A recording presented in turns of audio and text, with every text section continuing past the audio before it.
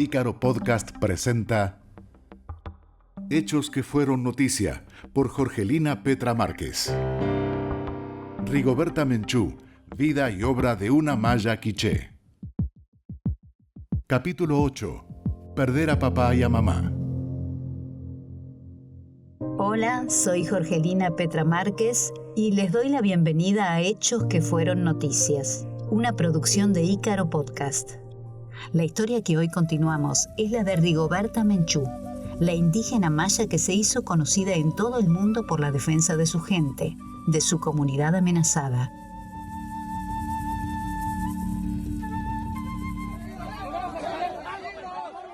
Los acontecimientos trágicos que fueron como mojones en la vida de Rigoberta Menchú se precipitan al principio de 1980. La resistencia a la dictadura guatemalteca por parte de los pueblos indígenas se incrementó, incluso en la ciudad capital. Escuchemos a Rigoberta. Fue una marcha a la capital para pedir que el ejército saliera de la zona. Ellos traían también a muchos niños huérfanos como prueba de la represión. Tomaron diferentes emisoras de radio para dar a conocer nuestra situación. Al mismo tiempo, se pensó la necesidad de que ésta se diera a conocer internacionalmente y solo se iba a dar a conocer tomando una embajada donde los embajadores fueran los portavoces, porque éramos demasiados pobres para pensar en una gira fuera del país. Y así fue cuando tomaron la embajada suiza en Guatemala. Los campesinos venían de muchas regiones, pero la mayor parte del quiché, porque allí estaba concentrada la represión. Por último, se tomó la embajada de España. Para informar que la sede diplomática estaba siendo asaltada y que por ello solicitaba auxilio. Entonces entraron a la embajada de España. Ni siquiera nos pasaba por la cabeza lo que sucedería después. En primer lugar, porque estaban personalidades importantes. En segundo lugar, porque allí se encontraban también elementos del régimen. Por supuesto, sabíamos que iba a haber una tensión, pero pensábamos que era posible que a todos los que tomaron la embajada les concedieran una salida del país como refugiados políticos, para que también pudieran dar a conocer su lucha afuera. El objetivo era precisamente informar al mundo entero de lo que pasaba en Guatemala e informar también a la gente internamente. Bueno, es un hecho lamentable, un hecho que no tiene palabras con qué describir el horror vivido ese día en la Embajada de España.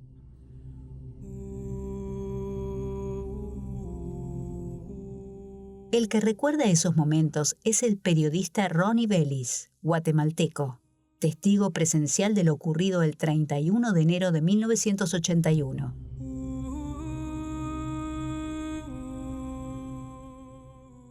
Se esperaba una actividad fuerte por parte de un grupo de campesinos que había llegado a la Universidad de San Carlos de Guatemala unos días antes. Se tenía conocimiento que ellos iban a realizar una denuncia sobre las masacres en el área de Ixil, en el área de Cotzal, Nevaj, Uspantán, Chajul, que son municipios del departamento del Quiché. De ahí vino un grupo de campesinos que fueron recibidos por los estudiantes universitarios y llegaron al día siguiente, el día 31, a la Embajada de España, donde iban a denunciar la violencia en sus comunidades. Ellos llegaron a la embajada y la ocuparon pacíficamente para realizar esta denuncia, ya que era una época de censura, donde no se podían hacer denuncias en contra de las instituciones del ejército, de las Fuerzas Armadas.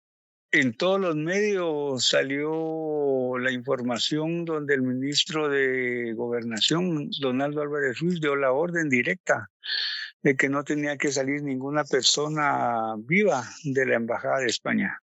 Eso sí, a todos nos consta, a todos los periodistas que estuvimos en esa época viviendo la violencia de cerca.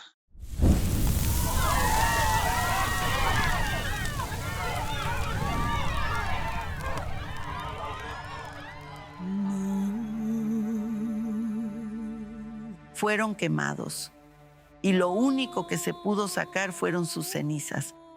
Un golpe tremendo. Mi padre estaba dispuesto a sacrificarse. Estaba claro que su vida tenía que darla. Entonces, para mí no era tanto dolor de aceptar la muerte de mi padre, porque yo sabía que mi padre no tuvo grandes penas, como las que yo me imaginaba que iba a tener si caía vivo en manos del enemigo. Pero también me dolía mucho la pérdida de vidas de muchos compañeros, buenos compañeros, que ni siquiera ambicionaban un pedazo de poder, querían lo suficiente para su pueblo.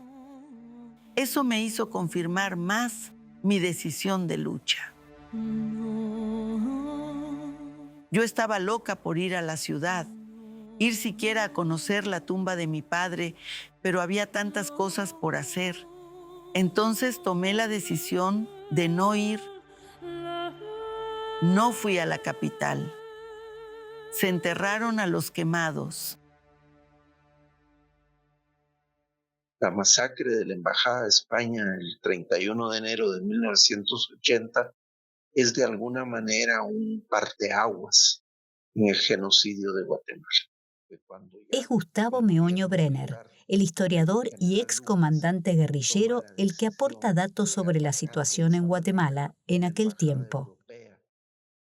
Que cuando ya el gobierno militar del general Lucas toma la decisión de atacar de esa manera una embajada europea y quemar vivos, en este caso fueron 39 víctimas en total, incluido el padre de Rigoberta, junto a diplomáticos españoles también, principalmente por el hecho de que su padre, don Vicente Menchú, un líder indígena muy querido en su comunidad, catequista católico también, pero sobre todo un líder maya muy reconocido, murió quemado en la Embajada de España. Me tocó ser testigo del día 2 de febrero, cuando fue el sepelio de los campesinos en el Cementerio General. Horas antes, en el Paraninfo Universitario, la Policía Judicial había asesinado a 2 dirigentes estudiantiles que participaban en el sepelio masivo de las personas de la Embajada de España. Creo que todo eso sigue latente en la mente de todos los que estuvimos en la cobertura de ese terrible incendio en la Embajada de España.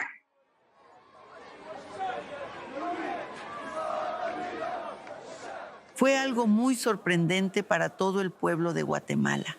Nunca en su historia se demostró tanta combatividad del pueblo en todos los niveles. Miles de personas enterraron a todos los compañeros quemados. La gente iba con una protesta y con un odio hacia el régimen. Se veía que en todos los niveles, o sea, los pobres, la gente de clase media, los profesionales, se exponían en el entierro de los compañeros de la Embajada de España. España inmediatamente rompió las relaciones con Guatemala. Condena enérgicamente la masacre terrorista en la Embajada de España y responsabiliza a las facciones terroristas clandestinas que han sembrado el dolor y la muerte en el pueblo pacífico guatemalteco. Allí las versiones que se sacaron, las mentiras que se dijeron, fue que los campesinos iban armados, que los campesinos ellos mismos se quemaron. La mera verdad ni yo ni los compañeros podríamos decirla, ya que nadie de los que ocuparon la embajada se quedó vivo. Todos se murieron. Eso marcó tanto mi vida personal como la vida de muchos compañeros. Pasamos a una etapa nueva de la lucha. Pasar a una nueva etapa en la lucha significa más sacrificio, más sangre vertida. Rigoberta es el testimonio de que ese precio se enfrenta y se paga. La mamá de Rigoberta continuó con la lucha emprendida por su marido muerto y por sus hijos. Se enfrenta a un enemigo despiadado que le hará pagar caro su coraje. Sabía que mi madre, cuando mataron a mi padre, estaba en camino para regresar a mi aldea. Si mi madre regresó al altiplano, fue precisamente porque de mi aldea cayeron más de 8 compañeros vecinos en la embajada de España. Entonces mi madre decía: yo regreso a mi tierra porque mi comunidad me necesita en estos momentos. Los curas, las monjas que se encontraban en ese momento en mi pueblo, le ofrecieron ayuda para que ella pudiera salir fuera del país, pero mi madre nunca soñó con ser refugiada. Regresó a la casa y es cierto, pues, que la comunidad casi se estaba muriendo de hambre, ya que no podía bajar a un pueblo ni a un lugar, y nadie se atrevía a exponer su vida solo para ir a comprar algo para comer. Mi mamá decía que con su vida, con su testimonio vivo, trataba de decirles a las mujeres que tenían que participar como mujeres para que cuando llegara la represión y cuando nos tocara sufrir, no solo sufran los hombres. Mi mamá casi no habló el castellano, pero hablaba 2 lenguas, el quiché y un poco el quechua. Mi mamá utilizaba todo ese valor y ese conocimiento que tenía y se fue a organizar. Así fue como mi madre regresó al pueblo y escondidas va a comprar cosas para la comunidad. Cuando la secuestran el 19 de abril de 1980. Fue secuestrada mi madre y desde los primeros días de su secuestro fue violada por los altos jefes militares del pueblo. Sé todo lo que pasó con mi madre, pero no puedo decir cómo porque implica la vida de compañeros. Después bajaron a mi madre a un campamento que llaman Chahup, que quiere decir abajo del barranco, donde también fue torturado mi hermanito muerto. Mi madre estuvo en grandes torturas y le decían: si eres un guerrillero, ¿por qué no nos combates aquí? Mi madre no decía nada. Pedían a mi madre, a través de golpes, decir dónde estábamos nosotros. Y si daba una declaración, la dejaban libre. Pero mi madre sabía que lo hacían para torturar a sus hijos. Mi madre no dio ninguna declaración. Desgraciadamente, le tocaron todos los dolores que a su hijo le tocaron también. La dejaron mucho tiempo en estado de agonía. En ese momento nos mandan a llamarnos. Por todos los medios nos buscaban. Llevaron ropa de mi madre a la municipalidad de Uspantán en exhibición para que nosotros comprobáramos que mi madre estaba en sus manos y que la estaban torturando. Nadie de nosotros se presentó. De todos modos, iban a matar a mi madre como también nos iban a matar a nosotros. Así fue como tuvimos que aceptar que mi madre de todos modos se tenía que morir. La llevaron a un sitio donde había muchos montes y allí la dejaron. Ya no podía hacer ningún movimiento por sí sola. La dejaron allí más de 4 o 5 días, hasta que se murió. Después dejaron allí tropa permanente para cuidar su cadáver y que nadie recogiera sus restos. Después mi madre fue comida por animales. Los soldados se quedaron durante 4 meses, hasta que vieron que no había ninguna parte de los restos de mi madre. Primero mataron a su hermanito, luego a su padre y ahora a su madre. ¿Cuánto dolor puede soportar una persona? Mi madre en casa decía que ella enfrentaba grandes problemas porque tenía que compartir su cariño con todos sus hijos y también con sus nueras. Decía que si amaba a uno, tenía que amarlos a todos. Mi madre no sabía expresar su conocimiento sobre política, pero tenía una gran politización a través de su trabajo. Y pensaba que nosotros teníamos que aprender a ser mujeres, pero mujeres útiles a la comunidad. Desde muy chiquitas teníamos que andar con ella, como para aprender el modelo de mi madre. Mi madre era una mujer que ya tenía visión política. Ella no perteneció a una organización específica. Recibía información del CUC, pero también cuando conoció a compañeros de la montaña, a los guerrilleros, los quería como a sus hijos. Ella los conoció primero, en otros lugares, porque mi madre siempre viajaba, viendo enfermos, atendiendo a mujeres embarazadas, por otros lugares. Ella decía que sería muy triste morir sin hacer nada, sin hacer algo por el pueblo. Decía, hija, hay que organizarse. No es que sea una exigencia porque yo soy tu madre, sino que es una obligación tuya de poner en práctica lo que tú sabes. A pesar de que mi madre fue la maestra de mucha gente, yo no aprendí de ella tanto como debía aprender. El analista e historiador Gustavo Meoño Brenner aporta su opinión acerca de esos trágicos momentos. Ese hecho, obviamente, a Rigoberta en lo personal la marcó muchísimo. Y después de la muerte terrible de su papá, también sufrió, su madre fue secuestrada y torturada hasta la muerte de una manera también terrible. Y dos de sus hermanos igualmente fueron víctimas de la represión, o sea, con toda su familia tan golpeada por la represión, y empieza ella a dar este testimonio y a demostrar realmente una capacidad muy grande de comunicación, de poder convencer realmente con su testimonio. Eso le fue, digamos, abriendo toda una serie de espacios, dándola a conocer en diferentes países.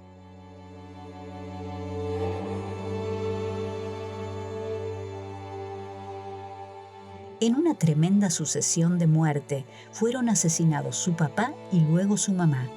¿Cómo hizo Rigoberta Menchú para continuar con su labor solidaria a pesar de los riesgos mortales que ello implica?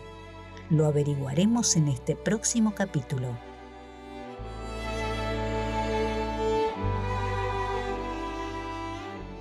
Soy Jorgelina Petra Márquez y esto ha sido Hechos que fueron noticias. Los espero. Hasta pronto. Hemos basado este relato en mis apuntes de época, mi memoria y el testimonio escrito de Rigoberta Menchú, que plasmó en 2 libros. El primero se tituló Me llamo Rigoberta Menchú y así me nació la conciencia, en colaboración de la antropóloga venezolana Elizabeth Burgos. El segundo libro, ahora sí de su única autoría, es Rigoberta, la nieta de los mayas. Asimismo, recurrimos a la opinión de expertos para que nos ilustren sobre aspectos de lo que pasó en Guatemala en aquellos años nefastos. La voz que recrea los textos fue creada con programas de inteligencia artificial. Fue una realización de Ícaro Podcast. Nada nos resulta ajeno. Dirección General Gaby Casal.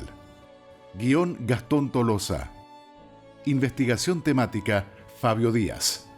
Laura Sordi es la voz de Jorgelina Petra Márquez. Locución Sergio Lonardi. Edición de sonido Luciano Álvarez. Efectos especiales Mateo Durán. Asistencia de producción Andrés Casal. Dron musical Andrea Isasti. Realización integral Ícaro Podcast. Una división de Ícaro Producciones.